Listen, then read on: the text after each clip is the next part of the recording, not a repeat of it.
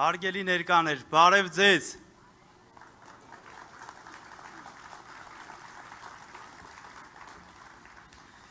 Բարի գալուստ այսօրվա հանդիպմանը։ Մենք հավաքվել ենք տարեվերջին։ Սա այն ժամանակն է, երբ ավանդաբար ամփոփում են անցածը եւ նայում ապագա անելիքներին։ 2025 թվականը Հայաստանի համար եղել է հերթական դժվար տարին։ Տնտեսական անորոշություններ,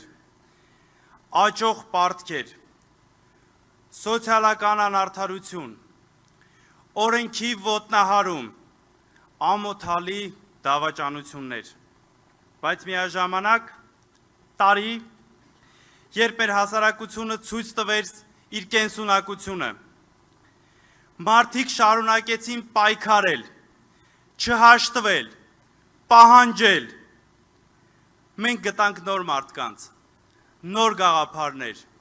մեր ուժերն աճեցին։ Հենց այս ֆոնի վրա, ընդամենը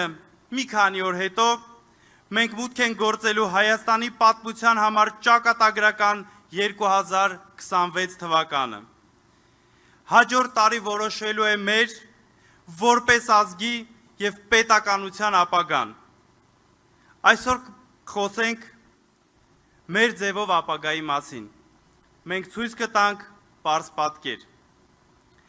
Մեր օրակարգը կառուցված է 4 հիմնական առանցքների շուրջ։ 4 այն ուղղություններ, որոնք կորոշեն Հայաստանի ճակատագիրը։ Առաջին, արդարությունը։ Ինչպես վերադարձնել մեր հասարակությանը արդարության զգացումը, երբ արժանիքը ոչ թե քծնանքը կորոշի մարդու ճակատագիրը։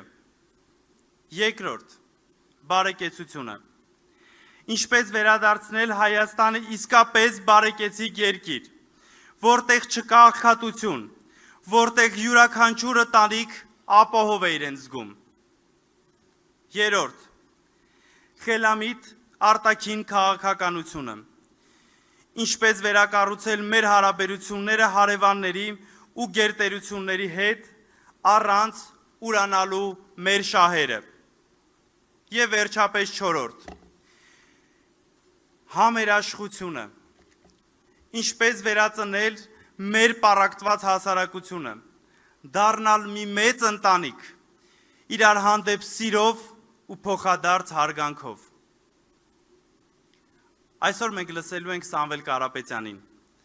Նրա տեսլականը հիմնված է կյանքի փորձի, արված գործերի եւ այն պատասխանատվության զգացման վրա, որը պետք է ունենա յուրաքանչյուր մարդ, ով պատրաստ է ղեկավարել երկիր։ Նա մեզ ասում է. հերիք է ծնկի իջնել, հերիք է նվաստացնել սեփական ազգին։ Վերջում մի բան էլ ասեմ. Եթե վաղը ընտրում եք մեր հետ միասին ճանապարհ անցնել, իմացեք, մենք պատրաստ ենք ծառայել մեր ժողովրդին, պատրաստ ենք վերականգնել Հայաստանը, պատրաստ ենք վերադարձնել ձեզ հավատը, որ լավ օրը հնարավոր է։ Պահանջեք մեզանից, պահանջեք հաշվետվություն, պահանջեք արդյունք, որովհետև մենք գալիս ենք ձեզ ծառայելու, այլ ոչ թե ձեզ տիրելու։ Երբ մեկ տարի անց նորից կհանդիպենք, ես գիտեմ, որ կտեսնեմ ձեր աչքերում ոչ թե հիասթափություն, այլ կկարդամ, մենք ճիշտ ընտրություն կատարեցինք։ Արդար, բարեկեցիկ, ուժեղ Հայաստան։ Եվ այս խոսքերը ասում եմ ոչ թե որպես կարգախոս, այլ որպես խոստում։ Խնդրում եմ, ուշադիր լսեք, հարցեր տվեք, քննարկեք, որովհետև ապագան, որի մասին այսօր կխոսենք, ձեր ապագան է։